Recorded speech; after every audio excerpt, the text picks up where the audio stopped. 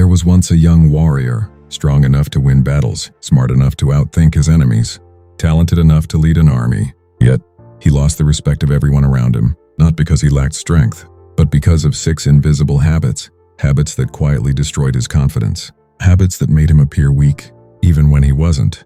Marcus Aurelius once wrote, "You have power over your mind, not outside events." But most men spend their entire lives doing the opposite.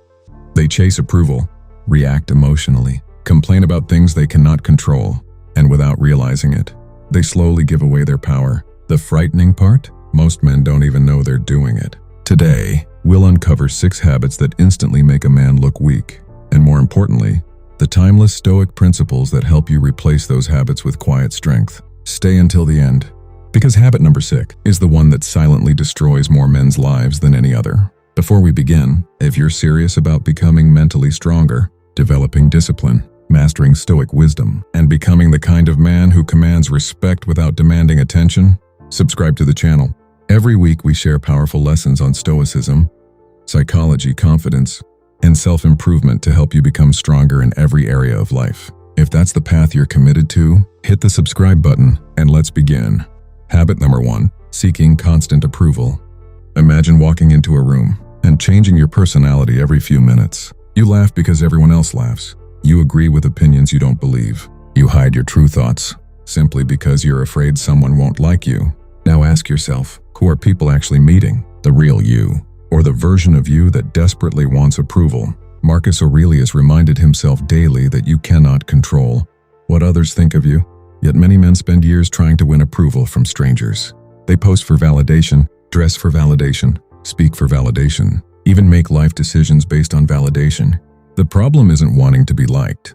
Every human being enjoys acceptance. The problem begins when approval becomes your identity, because once your happiness depends on someone else's opinion, you've handed them control over your emotions. Think about the strongest man you've ever met. Was he obsessed with pleasing everyone, or did he quietly stand by his values? Even when people disagreed, real strength isn't becoming everyone's favorite person. It's becoming someone who can sleep peacefully knowing he stayed true to his principles.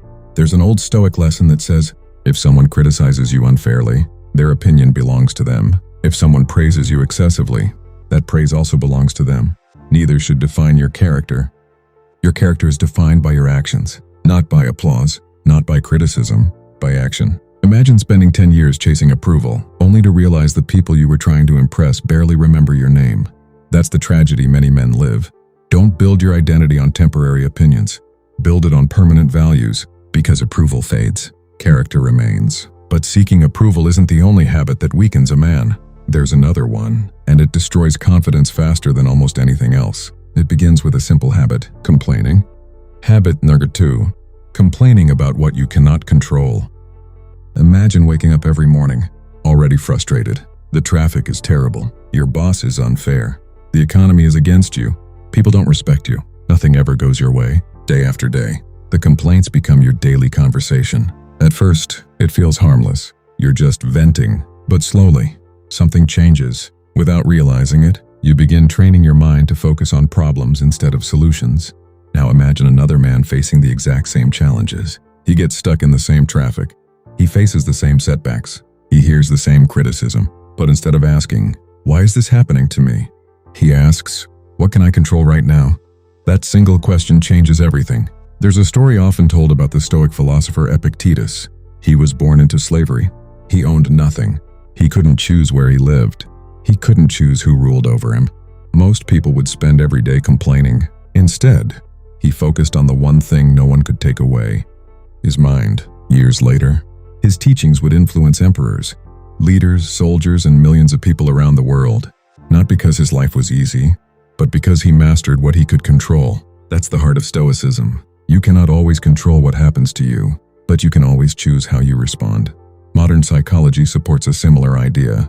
People who focus on the aspects of life they can influence often cope better with stress than those who dwell on circumstances outside their control. That doesn't mean pretending problems don't exist. It means refusing to let them define your identity. Complaining may feel like relief in the moment, but constant complaining rarely changes the situation. Action does. Responsibility does.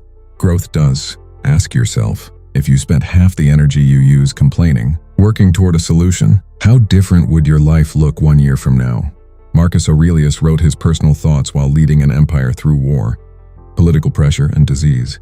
He had every reason to complain, yet instead of asking, "Why me?" he reminded himself, "The obstacle is the way."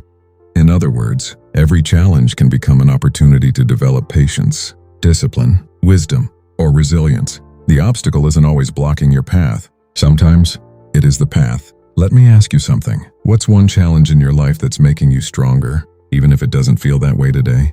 Leave your answer in the comments. You never know who might be encouraged by your story. Complaining drains your strength. But there's another habit that's even more dangerous, because it quietly destroys discipline, one excuse at a time. Let's talk about habit number 3. Habit number 3, making excuses instead of taking responsibility. Imagine 2 men who both fail the same job interview.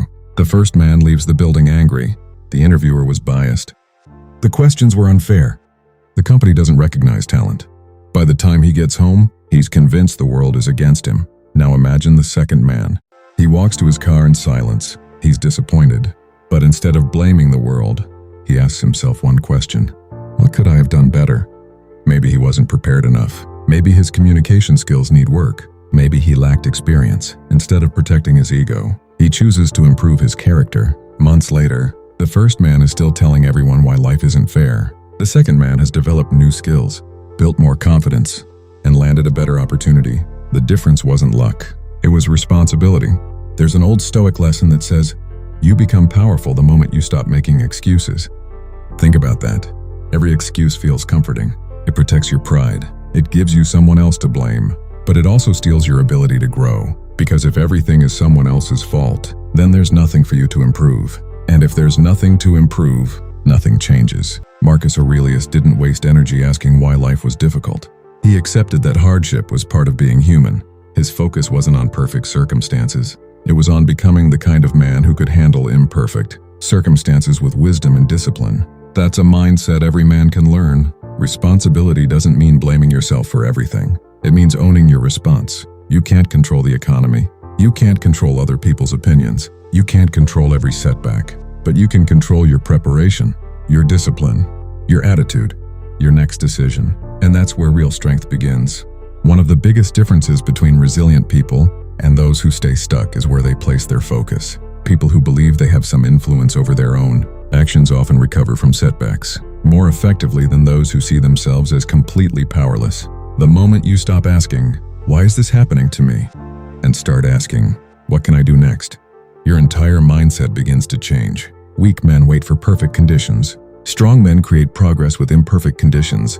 Weak men blame yesterday. Strong men prepare for tomorrow. Weak men protect their excuses. Strong men protect their discipline. At the end of the day, your future doesn't care about your excuses. It only responds to your actions. Think about the biggest goal you're chasing right now. What's one excuse you've been telling yourself that it's time to let go of? Write one word in the comments. Responsible. That single word can be a promise to yourself. Now, the next habit is quieter than complaining, more subtle than making excuses, yet it destroys confidence from the inside out. It's the habit of constantly comparing yourself to everyone else, and Stoics warned against it centuries ago. Final message: the strongest men don't look strong, they live strong.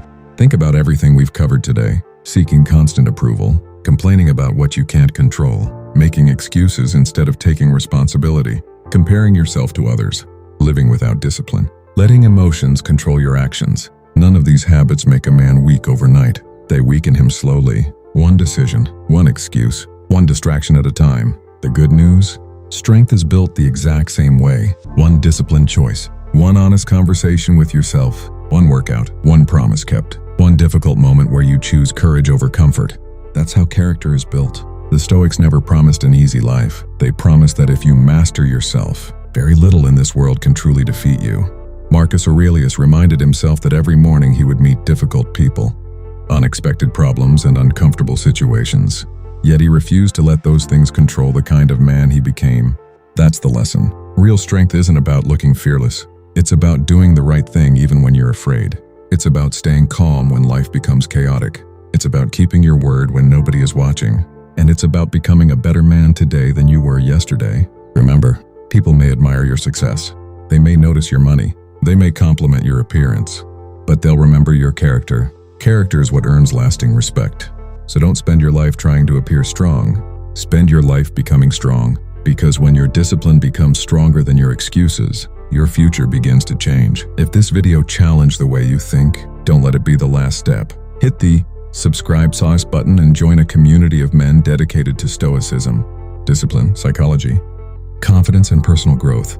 Every week we share powerful lessons to help you build mental toughness, emotional control, and the kind of character that stands the test of time. If you found value in today's video, give it a thumbs up and share it with someone who needs this message. Now I have one question for you. Which of these 6 habits do you think is the most dangerous? And which one are you committed to overcoming? Leave your answer in the comments below. Your commitment today could inspire someone else to begin their own journey. Thank you for watching. Until next time, protect your peace, master your mind, stay disciplined, and remember, a strong man isn't defined by how loud he speaks. He's defined by how well he leads himself. I'll see you in the next video.